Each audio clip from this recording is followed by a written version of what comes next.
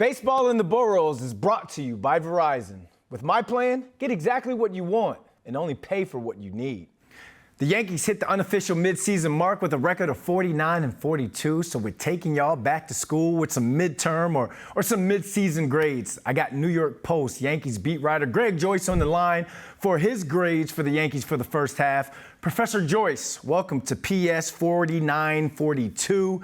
We're having ourselves a little school board meeting here. So you graded the Yankees out. Let's start with your A grades. 4 players made the mark. Who were they and why? Yeah, so it starts with their 2 All-Stars, obviously Garrett Cole and Aaron Judge.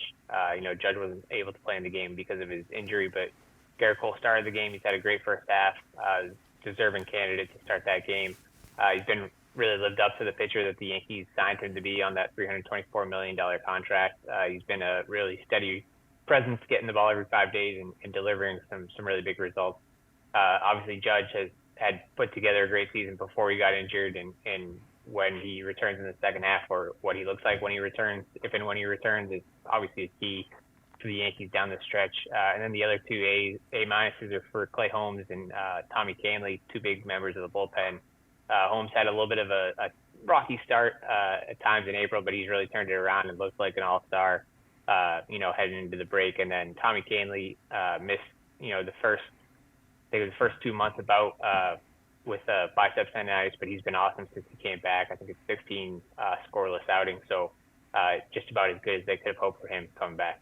All right, let's move on from the AP classes and talk about the guys who you graded with the B. You've got 10 on there. So who are the most notable players out that list, and how could they improve in the second half of the season?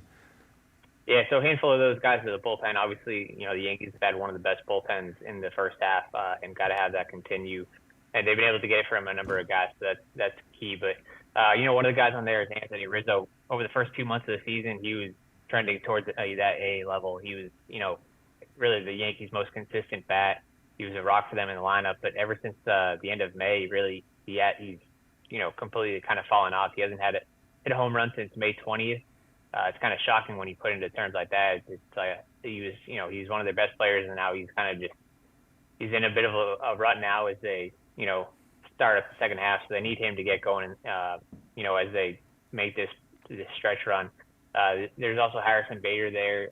When he's obviously had 2 stints on the IL, but when he's been healthy, he's a big presence in the lineup, but obviously in the center field too. Just his defense out there can't be undervalued. He's been a huge presence for them in center field. So I think those 2 guys, are key to that. There's obviously, a couple like Clark Schmidt and Domingo Germán in the rotation. Talked about the consistency that Cole has given them. These 2 guys haven't necessarily had that. They've kind of been up and down. Clark Schmidt has been better of late after a tough start, but Domingo Germán, he had the sticky stuff suspension earlier in the season. Then he throws a perfect game in Oakland, so he's kind of been on both ends of the spectrum. The Yankees would love for a little bit more consistency for both of those guys. Yeah, that perfect game really raises GPA. So let's talk about the guys who got Fs, who flunked the first semester of the season.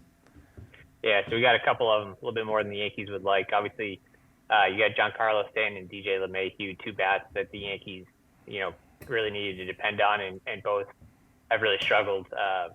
Stanton had some time on the injured list, but since he came off, he hasn't really gotten into that big groove. He still hits some moonshots every now and then, like we saw last weekend, the one he hit off the facade up above the second deck at Yankee Stadium. But he's a streaky hitter, and he hasn't gotten on one of those patented runs anymore. It's been, more of a cold stretch. DJ LeMahieu, second half of last season, he struggled, but that's because of a toe injury. This year, they keep on saying he's healthy, but his production hasn't been there, so they really need to get him turned around. He's one of the guys that, the new hitting coach, Sean Casey, kind of hopes to get back on track here in the second half. We'll see if it happens. And then also in that group is Luis Severino. He also missed time on the IL to start the season, and he came back with two good starts, and then he's been really a disappointment since then. He's struggling to turn it around. They don't seem to know exactly what the problem is. They're talking about doing deep dives in between starts to try to fix this thing. He obviously has a high ceiling, but they just haven't been able to get any kind of, deep outings from him, or he's gotten hard hit a lot over his last 2 starts, especially. So they need to figure that out as they go forward. And then the other guy is Oswaldo Cabrera. he came into the season with high hopes after, a really, really strong 2 months last season, his first call up. He's just been, struggling at the plate. They've tried to send him to the minors twice to try to fix his swing, but they've needed to call him back up like a few days later both times because of injuries elsewhere. So it's been a grind for him so far.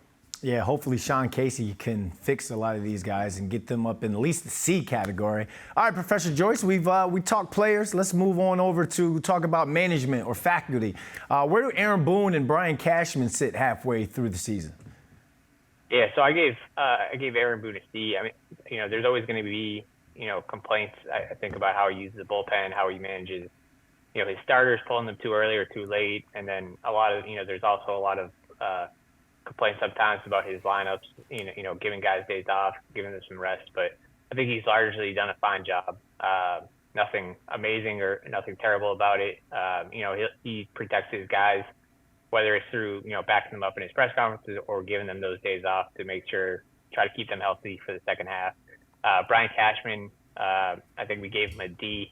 Obviously, the roster construction has been in the spotlight just because you do have a lot of dependence on these aging, if they're going well, you call them veteran bats, but if they're, producing like they are right now, which is not a lot, it starts to be these aging bats. Also, some guys that are injury prone that we've seen kind of turn out that way. Never fully addressed left field in the offseason as well, and that's kind of been a glaring hole for the Yankees, and one that I know they'll probably be looking to address before the August 1st trade deadline. So that's another big spot that, he still has some time left to kind of, address the roster, plug some holes that they have here ahead of the August 1st trade deadline.